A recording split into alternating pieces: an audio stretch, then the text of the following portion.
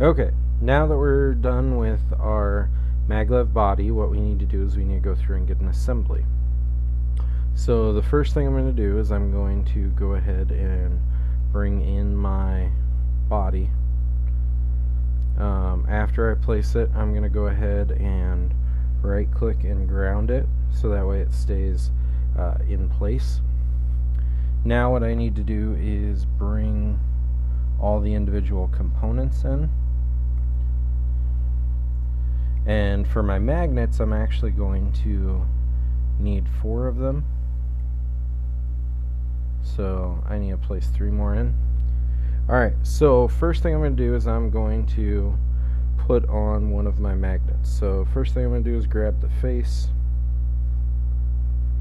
and mate it to the bottom using my flush constraint. I'm going to go ahead and hit the edges.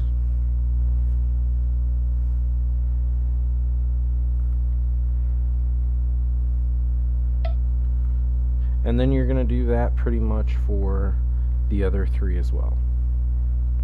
After I have the magnets on, what I'm going to do is I'm going to mate this top surface to the bottom of my car body. And then I simply need to flush up the edges. Now, depending on how you set up your car will depend on how you're able to attach your bottom to it. So I get that applied. Now I've got my base on. Now what we're gonna do for our motor and propeller, we're gonna actually use a new constraint. We're gonna use an insert constraint. So if we go up here, you'll see insert is these 2 circles here. Insert is nice because it's kind of 2 mate constraints in one. So you'll see here I have this center axis of my circle. So it's mating the center axis with an edge. So in this case you'll see my circle edge jumps with the axis.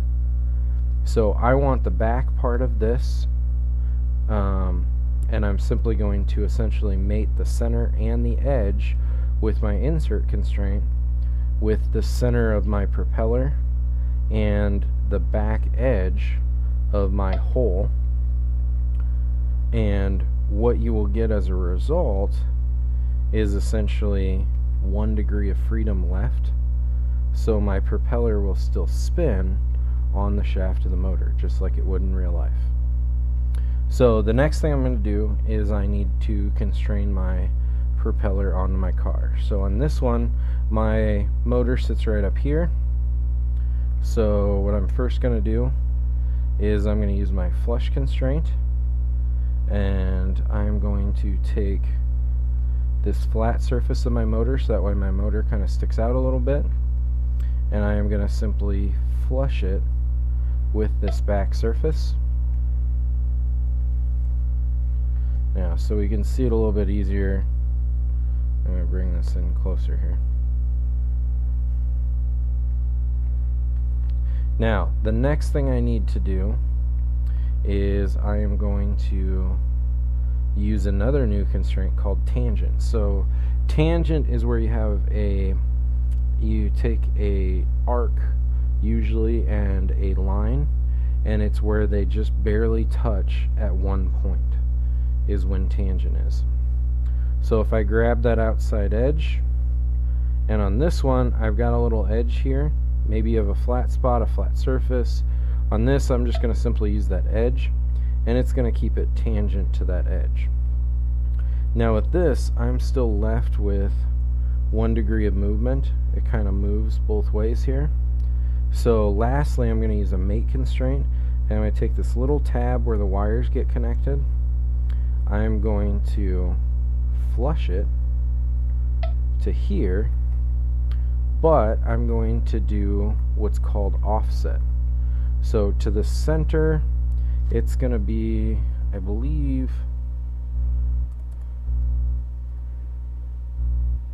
1 point.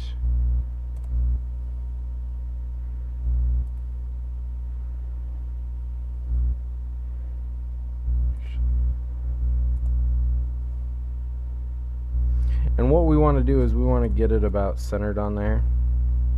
So if we look at this there, I'm about centered onto my drawing at 0.85. So this offset is saying make this flush to this, but put so much distance in between. So in this case, it's putting 0.85 in between these two as it goes.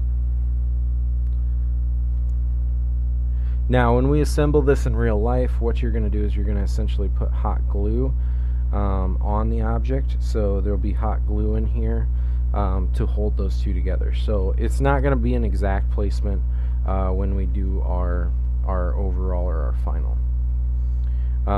And then the only last thing I have left on this is putting the rest of those magnets on.